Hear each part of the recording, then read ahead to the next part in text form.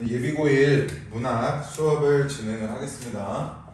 오랜만에 영상으로 인사를 드리는 것 같네요. 근데 일단 우리가 지금 수업 시간에 가사라고 하는 갈래를 배우고 있는데, 가사라고 하는 갈래 자체가 길이가 길고 수업 시간 내에만 소화하려고 하면 많은 양을 극복할 수가 없다라는 리미트가 있어서 가사 관련해서는 영상과 오프라인 수업을 병행을 하면서 진행을 하겠습니다.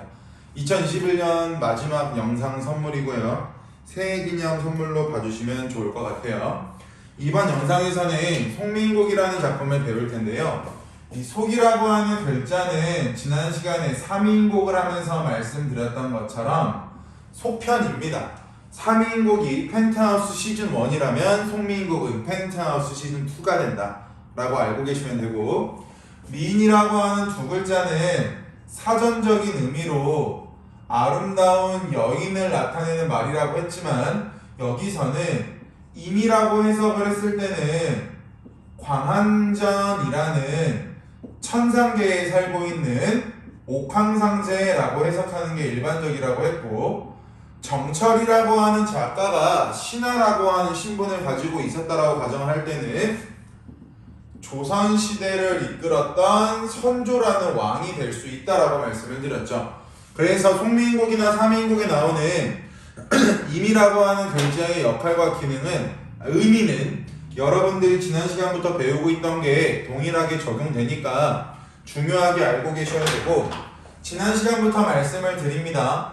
삼인곡이나 송민곡이나 작가가 정철이라고 하는 작가로 동일하지만 항상 우리는 삼위인곡이라고 하는 작품과 공통점 그리고 차이점을 비교하면서 작품을 감상해야 된다라고 했는데, 교재 보시면 교재 오른쪽 페이지에 날개 사이드에 함께 엮어 읽기라고 해서 삼위인곡과 송미인곡 비교라고 표가 하나 나와 있을 겁니다. 별표시 100,000만 개 박아 놓으시고요. 무조건 나와요. 삼위인곡과 송미인곡의 비교라고 하는 그 박스만 정확히 알고 있어도 삼위인곡을 배웠을 때 외부 지문으로 송미인곡 나왔을 때 대비가 되고, 송미인곡을 배웠을 때 삼위인곡이 외부 지문으로 나와도 대비가 되는 박스라고 보시면 되는데, 그 박스를 먼저 볼게요. 독백체, 대화체 차이점이죠. 독백체는 혼잣말이고요. 대화체는 서로서로 이야기하는 건데, 이 송미인곡이라고 하는 건 대화체를 통해서 작품이 전개되기 때문에 시상 전개 방식을 대화체라고 보시면 돼요. 그럼 여러분들이 눈치챌 수 있는 것처럼 대화라고 하는 건 두 명의 인물이 어떠한 메시지를 서로서로 주고받을 텐데 교재별로 좀 달라요. 그런데 기본적으로 뭐 여인이 또는 감녀, 을녀라고 제시가 될 거예요. 그러면 여인이 2명 나온다라고 했을 때 어떤 여인이 이 작품의 화자이고 이 작품의 주된 정서를 이끌어가는지를 여러분들이 보시면서 내용을 감상하셔야 되고요. 내용 전개 나와 있죠. 계절의 변화. 3인곡은 지난 시간에 춘하, 추동, 봄, 여름, 가을, 겨울이라고 하는 계절의 변화로 이루어진다라고 했고, 오른쪽에 보시면 송미인곡은 장소의 이동이라고 했죠. 같은 말, 장소 이동 같은 말, 공간의 이동 이라고 알고 계시면 특이사항은 없으실 겁니다.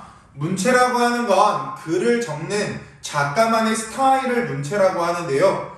한문 구절을 인용한다. 송미인곡은 고유어를 활용한다. 그러면 삼위인곡도 우리만의 구사가 뛰어난 작품이라고 평가를 받았지만, 송미인곡은 고유어를 활용한다라고 하는 특징이 비교적 더 두드러지기 때문에 삼위인곡보다 우리만의 순 아름다움을 표현하는 것은 송미인곡이 된다. 주제, 연군지정. 지난 시간에 말씀드렸죠. 임금님을 사랑하는 마음. 갈래, 정격가사. 가사 갈래 설명하면서 계속 정격가사에 대해 설명하고 있으니까 설명하지 않을게요. 화자는 버림받은 여성, 헤어진 여성이 될 거고, 태도는 당연히 사랑하는 사람을 그리워할 수밖에 없겠죠.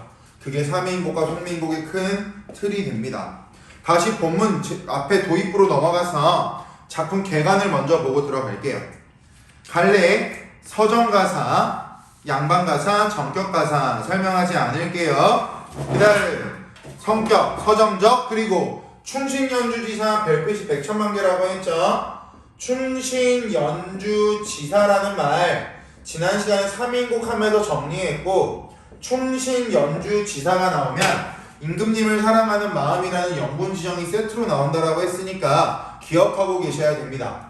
충성스러운, 신하가, 임금을, 사랑하는 이야기, 얘가 충신연주지사라고 했죠.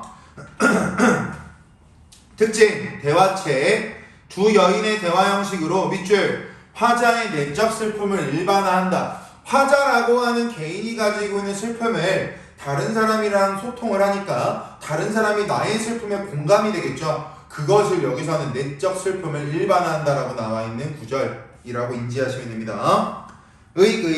우리말의 구사가 뛰어나다. 대화 형식으로 된 최초의 작품이다. 3인국과 더불어서 가사문학의 극치를 이루기 때문에 작년 수능에 출제가 됐고요. 3인국이 여러분들이 고3이 됐을 경우에는 송민국이 나올 수도 있겠죠. 안 나온 지가 오래되었으니까. 그래서 예의주시해야 되는 작품이 된다.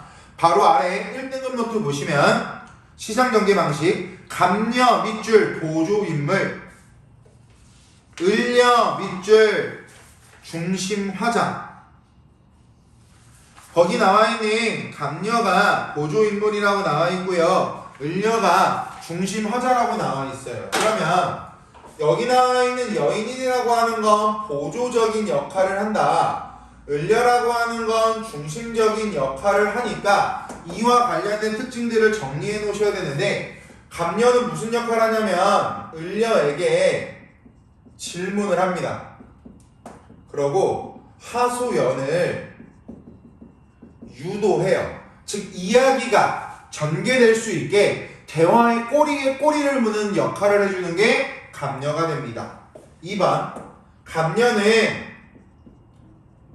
작품을 전개시키고 종결, 즉 마지막 멘트가 감녀로 끝나요. 그 작품이 끝날 때 마지막 멘트는 감녀가 친다, 감녀가 말한다. 따라서 작품의 종결을 감녀가 한다라고 보셔야 됩니다. 반면에 을녀라고 하는 건 1번, 작가의 처지를 대변하는 중심 화자예요. 그래서 감녀와 을녀 중에서 을녀에 대한 파악은 이 작품에서 필수라고 보시면 되고요. 2번, 감녀의 질문을 듣고 대답을 하고요. 당연히 하소연을 하겠죠. 야, 들어봐. 내가 사랑하고 있던 남자가 이렇게 변했어. 아우, 어떡하니? 이런 식으로 하소연을 유도합니다. 3번, 중심 인물이니까 작품의 주제를 구현해주는 역할을 합니다. 그래서 감녀와 을녀의 역할적 기능에 대해서 알고 있어야 되는데, 이렇게 되면 마치 작가의 처지를 대변하는 것은 을녀니까 을녀만 작가와 연관성을 있다라고 볼 수 있을 수도 있는데요. 여기서는요, 감녀와 을녀 모두 작가의 처지를 대변하는 분신이라고 보셔야 됩니다. 그래서 을녀가 작가의 처지를 더 직접적으로 제시하고 있는 것은 맞지만, 그렇다라고 해서 감녀가 작가가 만들어낸 분신이 아니다 라고 하는 논리는 틀린 문장이라고요. 그래서 감녀와 을녀 모두 작가가 만들어낸 분신이기 때문에 작가의 처지를 대변하는 분신 역할을 한다 라고 기억하고 계시면 좋으실 것 같습니다. 그럼 이제 아래 나와 있는 박스는 특이사항 없을 거고요. 2번, 시어의 의미 차이 별표 5개 받아보시면 그 시어의 의미 차이는 vs 비교할 겁니다. 3인국의 법나비. 지난 시간에 우리가 3인국에 나오는 법나비라고 하는 소재를 배웠는데, 3인국과 송민국이 나왔을 때 송민국이 나오는 나벌과 구준비 vs 3인국의 법나비를 비교하는 건 당연히 여러분들이 알고 있어야 되는 기본 소스. 그 아래 보시면 화자의 성격, 거기도 똑같이 나와 있네요. 거의 3번에 나와 있는 내용을 가지고 정리하셔도 되고요. 제가 말씀드린 내용이랑 일치할 테니까 여러분들 편한 대로 보시면 특이사항은 없으실 것 같습니다. 본문 들어가서 보겠습니다. 저기 가는 이라고 나와 있죠. 저기 가는. 그 앞에다가 뭐라고 적어놓으면 되냐면 감녀예요. 일단 이 작품은 감녀가 먼저 대사를 칩니다. 저기 가는 저 각시 밑줄 쳐보시면 감녀의 입장에서 바라보는 저 각시는 당연히 이 작품의 중심 화자인 을려가 되겠죠. 저기 가는 저 각시 어디서 본 것 같은데 천상배곡경 네모 쳐보시면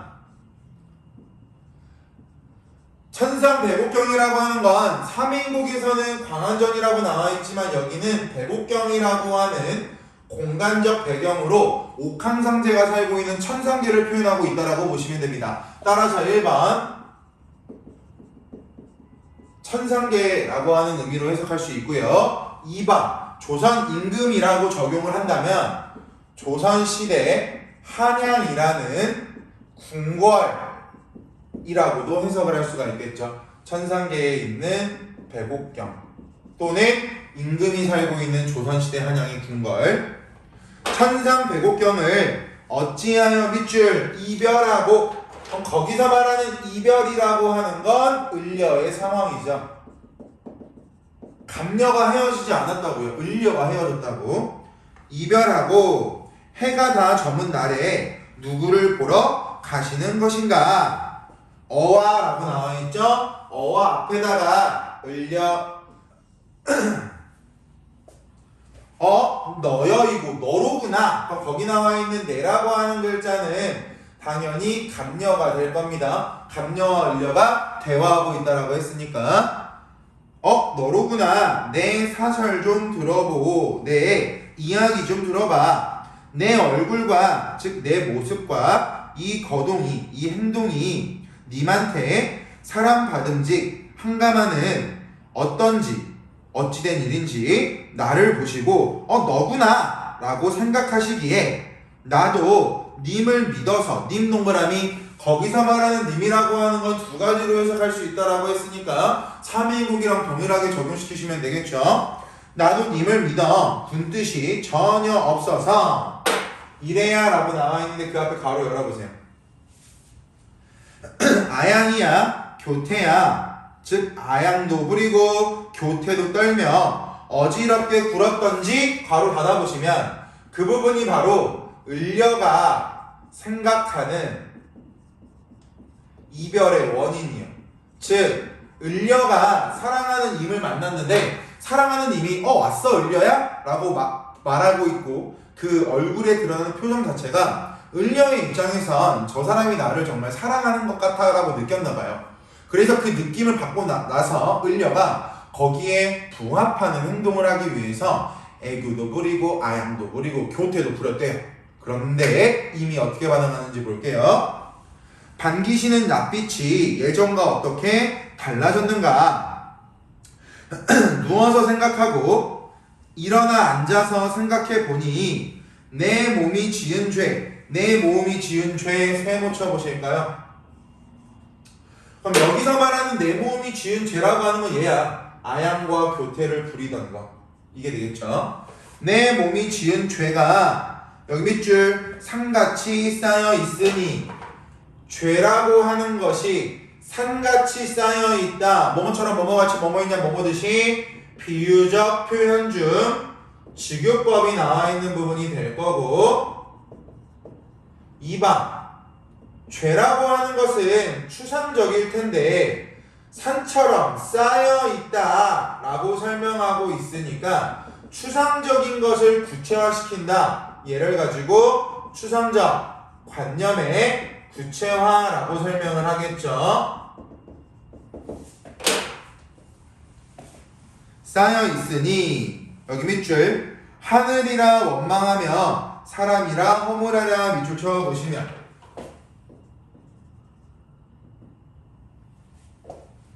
결국 여기서 하늘을 원망할 수 있겠냐? 사람을 탓할 수 있겠냐? 라고 하는 건 이별의 탓을 화자 자신에게 돌리고 있다.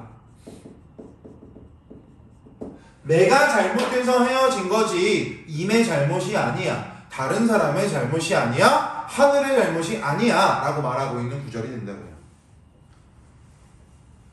여기 밑줄 서러워서 풀어내니 조물주의 탓이로다. 밑줄 쳐보시면 생각해 봤는데 너무 서러워. 나의 잘못이 아니라 조물주의 잘못인 것 같아 라고 표면적으로는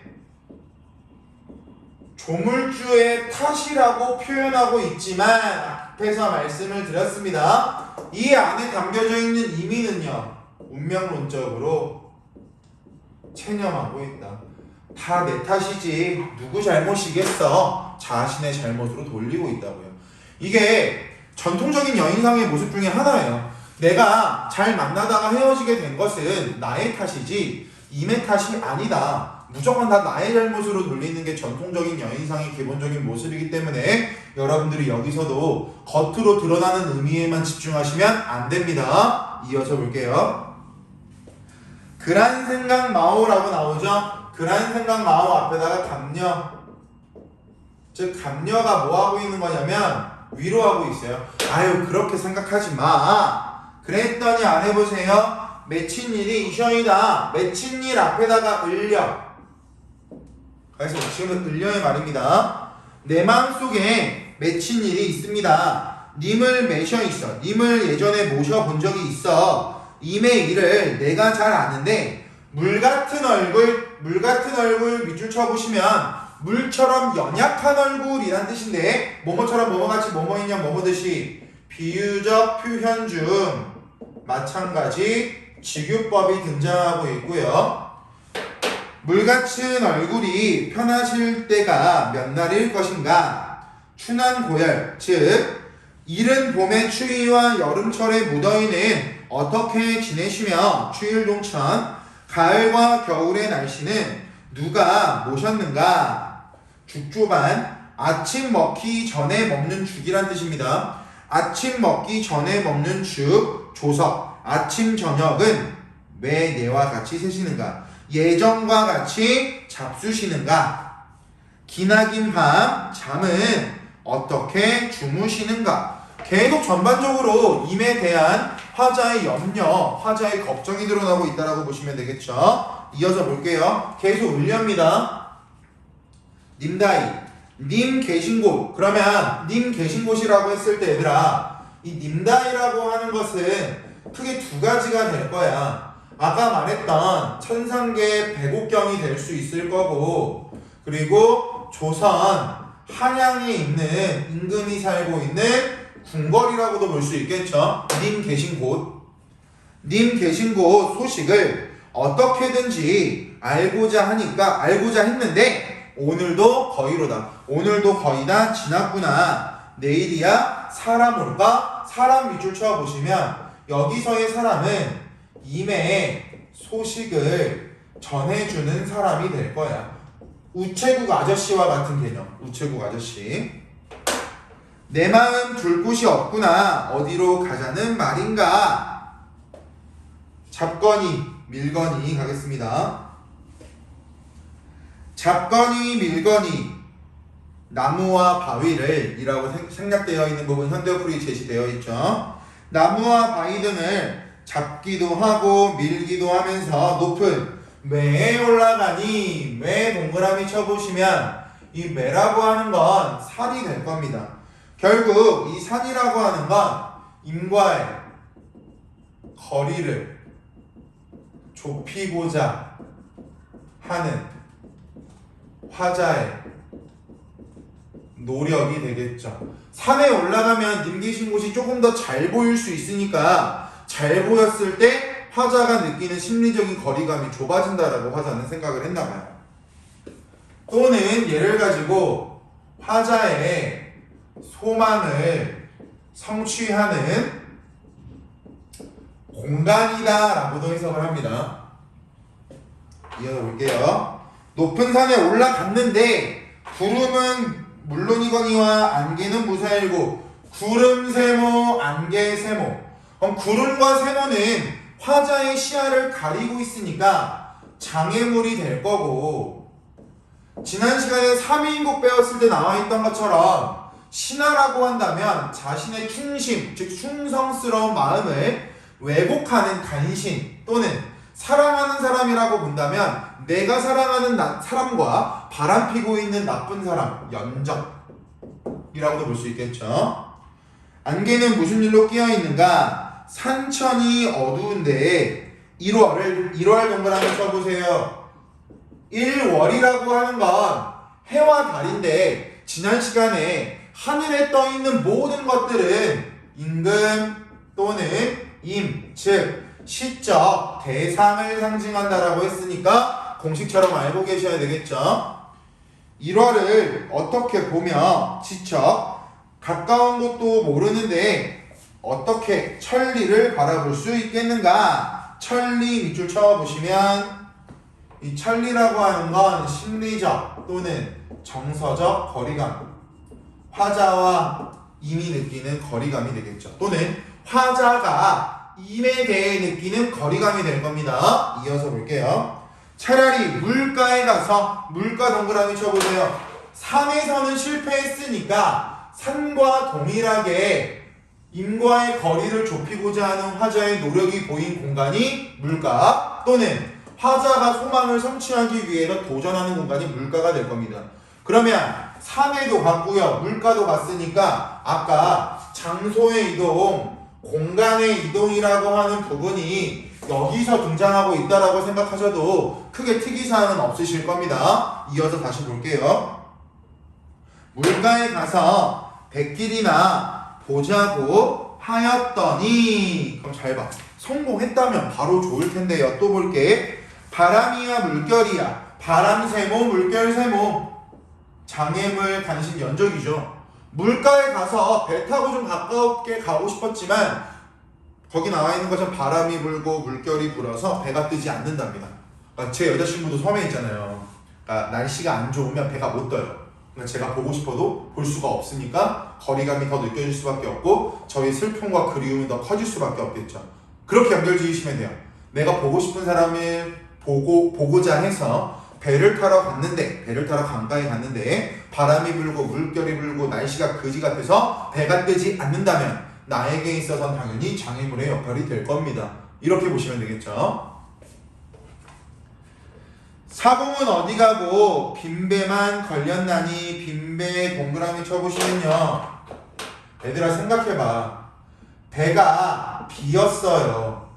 그럼 사공이 없고요, 배를 운전할 수 있는 운전기사가 없잖아. 그럼 결국 이것 때문에 화자의 절망감 당연히 더 커질 수밖에 없을 거고 화자의 외로움과 그리움도 마찬가지 커질 수밖에 없을 거야. 그런데 여기서 끝나시면 안 되고요. 어떠한 대상을 통해서 화자의 정서가 유발되거나 강조되는 것을 우리 뭐라고 하냐면 객관적 상관물이라고 설명을 하죠. 잘 보셔야 됩니다. 객관적 상관물. 빈배만 걸려 있는가. 강가에 혼자 서서 지는 해를 굽어보니까 님의 소식이 더욱 아득하기만 하구나. 모청, 아직까지 계속 을려야, 내가 감열하고 말 안 했으니까 계속 을려야 조심하자. 모청, 초가집 처가 찬자리에 밤중, 한밤중에 돌아오니. 그러면 화자가 낮 동안 산에도 가고 강가도 갔다가 밤이 돼서야 드디어 자신의 집으로 돌아온 상황이 되겠죠. 반벽청등 가로쳐 보세요. 반벽청등이라고 하는 게 뭐냐면 벽 한가운데 걸려있는 등이란 뜻인데요. 만약에 여러분들이 보고 계신 이 화이트보드가 벽이라고 가정했을 때 이 벽에 아무것도 없고 등불 하나가 이렇게 달려있다라고 가정을 해보세요.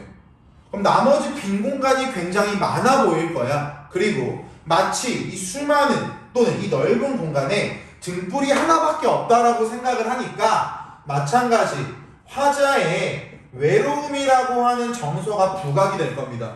그러면 벽 한가운데 걸려있는 등불을 보고 화자의 외로움 정서가 부각되었으니까 위에 나와있던 게 한 번 더 적용된 객관적 상관물이 된다라고 설명하는 건 특이사항이 없으시겠죠? 이어서 보겠습니다. 벽 가운데 있는 등불은 누구를 위해 밝혀 놓았는가? 여기 밑줄 쳐보자. 오르며 내리며 해 뜨며 바다니. 산을 올라갔다가 강가를 헤매며 방황하니. 밑줄 쳐보시면 화자의 하루 일과를 요약적으로 제시하고 있죠. 산에 갔다가 바다에 간 하루의 일과를 한 행으로 처리하고 있으니까 요약적 제시가 드러나고 있다라고 하는 거 특이사항 없을 겁니다. 적은 것 잠깐 사이에 넋지나야 기운이 다하여서 풋잠을 잠깐 드니. 풋잠 네모 쳐보시면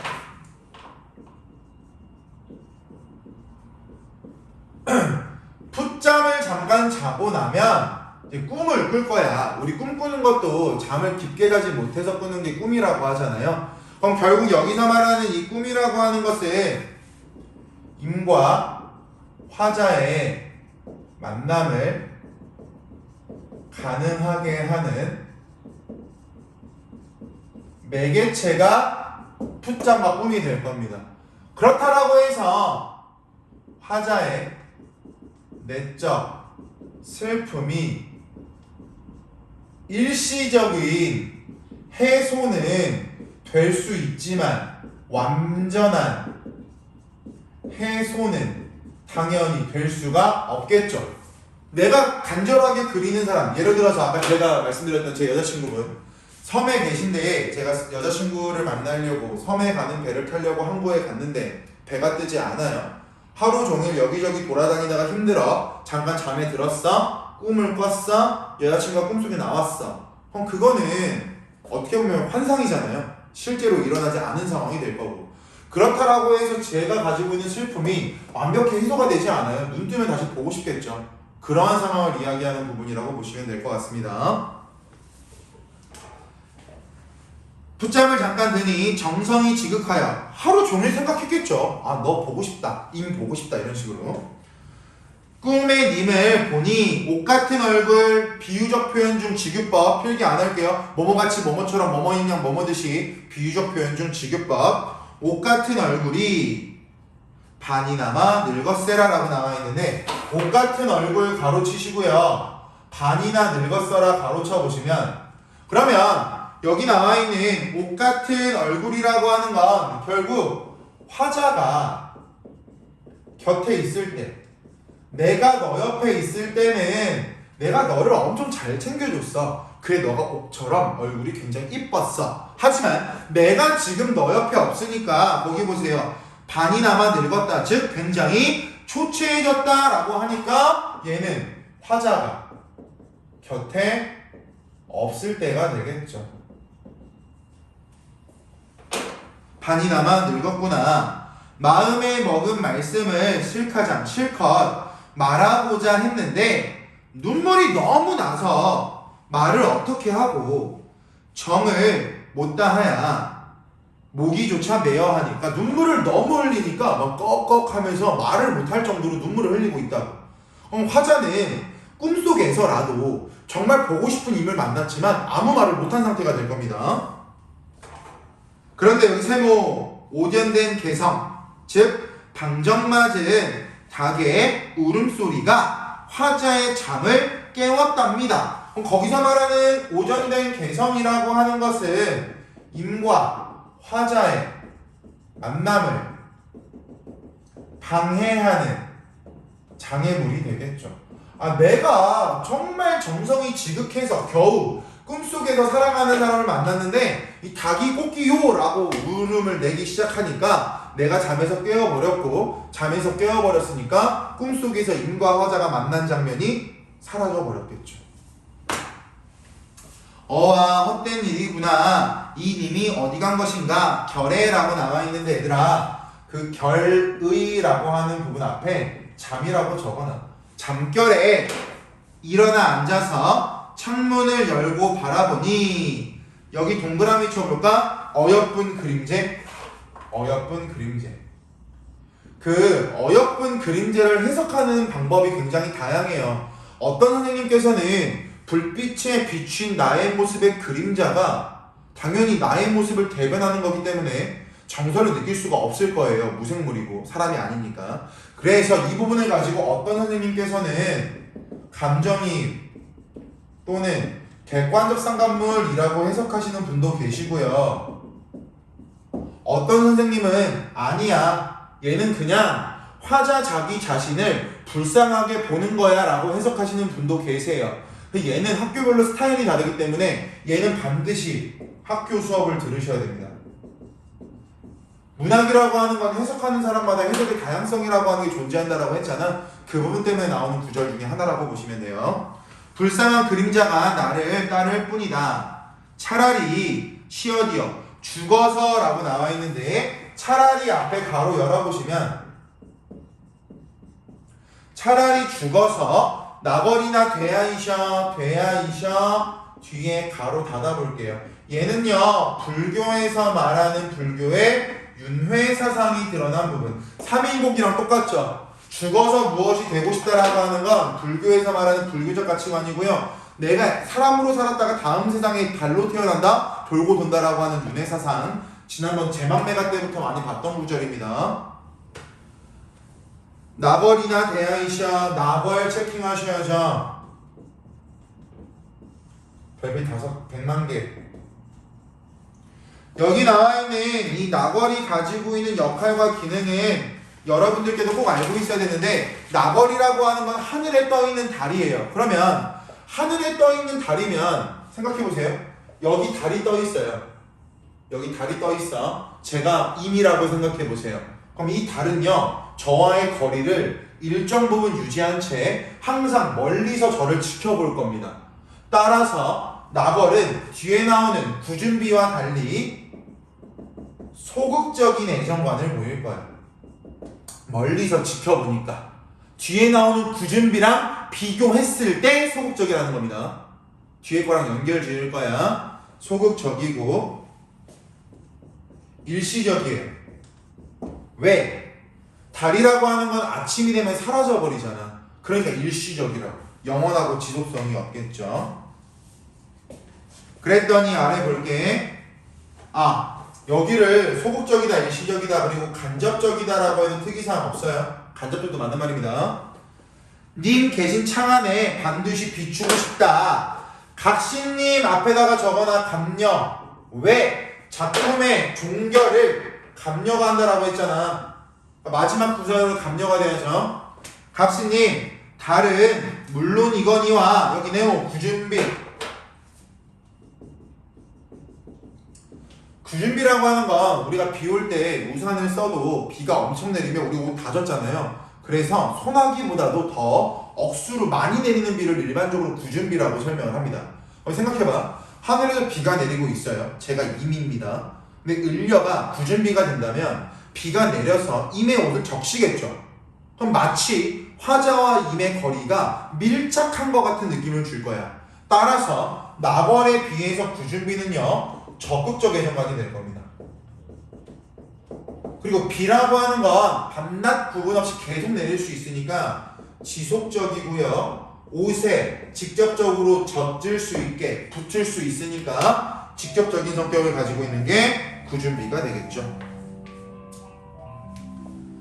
각신님, 달은커녕 구준비나 되세요 라고 하면서 끝나고 있고요. 마지막 행 글자 수 볼게요. 전격 가서 확인해야 되니까. 각신님 3글자, 다리아 커니와 6글자, 구준비나 4글자, 되도서 3글자. 제가 뭐라고 했냐면 시조의 종장의 영향을 받아서 마지막 행 글자 수가 3, 5, 4, 3으로 끝나는 것을 전격가사라고 했는데 플러스 마이너스 오차범위 1 정도는 있다라고 했습니다. 그럼 지금 보고 있는 3위인곡은 3, 6, 4, 3이면 가운데 있는 5자리가 글자 수가 하나가 추가가 되긴 했지만 시조의 종장의 영향을 받은 전격가사가 된다라고 해석하는 건 특이사항이 없겠죠. 따라서 이 부분까지 보시면서 여러분들이 공부를 하셔야 되고요. 바로 오른쪽에 보시면 더 알아보기 잠깐 볼게요. 더 알아보기에 송민국에 대한 후대의 평가 별표 5개 박아 놓으시고요. 저거나 보기 활용.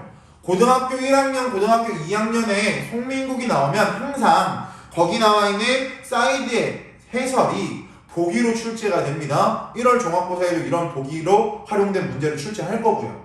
송미인곡이나 사미인곡은 문제 유형이나 틀 자체가 너무 뻔하기도 하지만 그 뻔한 문제 유형을 어떻게 준비하고 대비하느냐가 여러분들의 방향성을 좌지우지할 수 있는 부분이라 이 부분에 대해서는 미리미리 알고 계시면 될 것 같고요. 오늘 송미인곡 수업은 여기까지 진행하는 걸로 하겠습니다. 2021년 고생 많으셨고요. 2022년에 더 건강하게 만났으면 좋겠습니다. 안녕.